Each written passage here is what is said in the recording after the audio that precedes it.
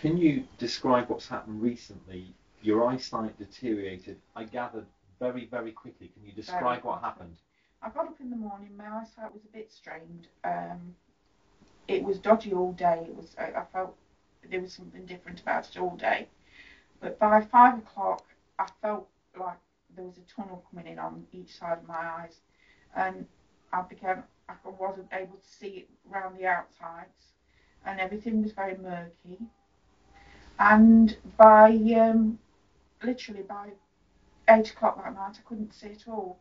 And I rang NHS Direct, and they sent me to the casualty, which in turn I went to the eye casualty and had loads of tests and was sent back the next day to the eye clinic. Was it frightening? Very scary, very, very scary. And even now, okay, it's 22 weeks on and I'm a little more at ease with it, but it is so difficult. Just the littlest things that you can't. It's difficult to make a drink. I mean, I've got all the gadgets that could do, but you can't do anything in a hurry. You can't. You've got to think at your head before you do anything. Everything's got to be pre-planned. It's same as with the diabetes. Everything's got to be pre-planned. You can't just do anything off cuff sort of thing. Now, do you think that the sight loss is due to the diabetes? You don't know for sure, but I don't know. You believe I that? believe it's partly to do with that and partly to do with overdoses that I've taken in the past. And in turn, it could be linked to your weight, couldn't it, the diabetes? My diabetes is linked to my weight, yes, for definite. So, in other words, your weight has caused you to go blind? Yes. In a roundabout circle, if you sort of close all the dots, yes. Basically, that's what it is. Because my diabetes was not controlled properly. Is that your fault? Yes. Why? You've not been doing the injections, have you? Yes, I've been doing the injections, but I've been eating what I wanted as well. What is it you're eating? What are the wrong foods you've been having? Well, crisps and bread has been my main bugbear. I love bread, and if in an evening, if I felt hungry, I'd have a slice of toast, which obviously blood sugar up. I would say that I'm fairly unshockable. Can you describe for us what you would eat in a typical day? I'd have how much? I'd have Weetabix in the morning and toast. Then I'd have sort of like a bag of crisps or fruit. Never got bought. We didn't buy fruit. I used to have chocolate and things like that, which I shouldn't have had. Ice cream. I'm a great lover of ice cream. And Häagen-Dazs, the jars of the things of Häagen-Dazs. I would eat a whole one of those. I'd just sit and eat it with a spoon. And as a snack? As a snack, yeah. I'll just sit and eat that, and then I'd have a meal as well. So I know that I've overeaten. I know I've got to the stage where I am now because of what I've done to myself. But at this size, it's really hard to lose weight because you don't need many calories, presumably, now, and you can't exercise very easily. No, I can't because of my disabilities, my back.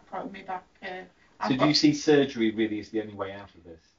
Well, yes, I do. The surgery is the only way out of this, and also I've been told by Dr. Gary Tan, who is an endocrinologist. He said that really the way I am, the only way out of this is surgery.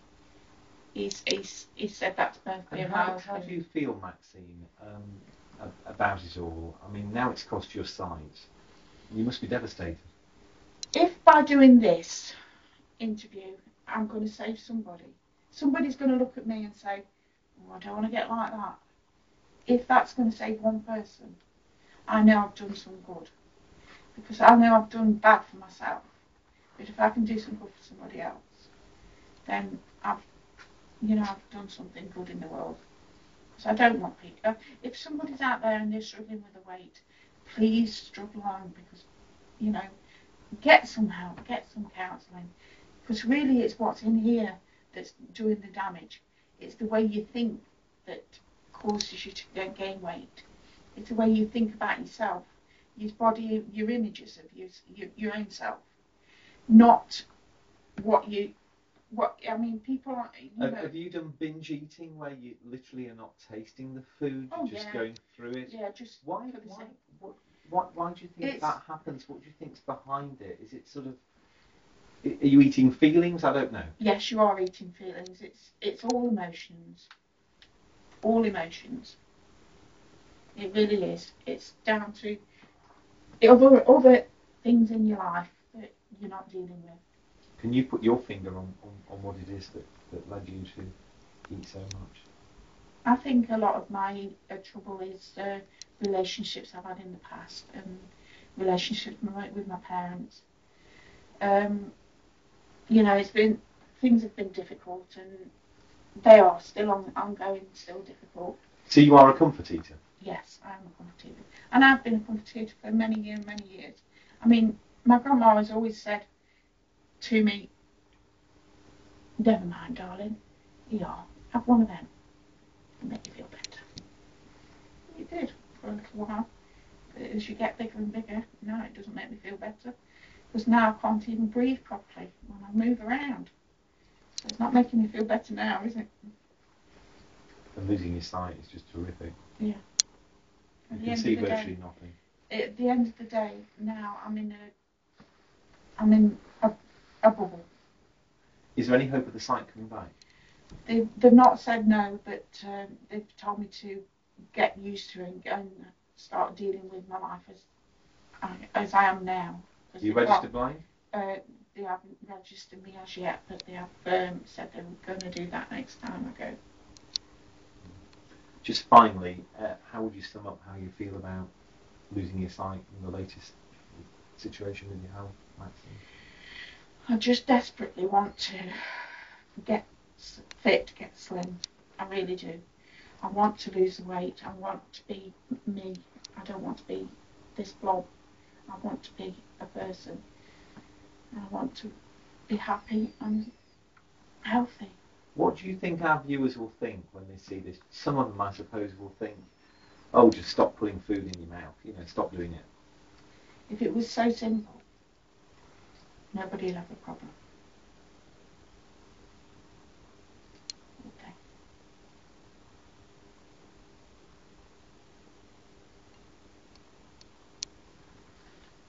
I'm pulling a face because I just want you to talk. Honestly, if it was so simple as just making sure you didn't put food in your mouth, then nobody would have the problem. It's all the other issues that go along with it. The fact that you emotionally you're not at the right place to stop the comfort eating, because that is a crutch for something else. So there's talk of making fascism a hate crime. Well, I think they should, because people can be really nasty, and it's those off-mark comments that people make. Oh God, look at her. Or what was it the other week? It was it's fascism is one of the new hate crime. Sorry, can you do that again because you fluffed it slightly? So yeah. just say that again. Fascism is the new hate crime, but where does fascism start and end? Because you've got kiddies in the street, on street corners, calling people fat when they're not fat. And then you've got people who are overweight being ostracised for jobs and stuff like that. I mean, the whole thing is ridiculous. It's gone from one extreme to the other. Last year it was smoking. This year it's fat. And just this is the final question. Inside, how do you feel about your weight? I hate myself. Are you heartbroken? I hate myself. I really do. I don't look in the mirror. I can't look in the mirror. I loathe the way I look. My husband turns around and tells me that he loves me for who I am, but I don't love me for who I am. I don't love me because I hate I hate the look of me. I really hate me. I need that operation to get myself sorted. Okay, that's fine.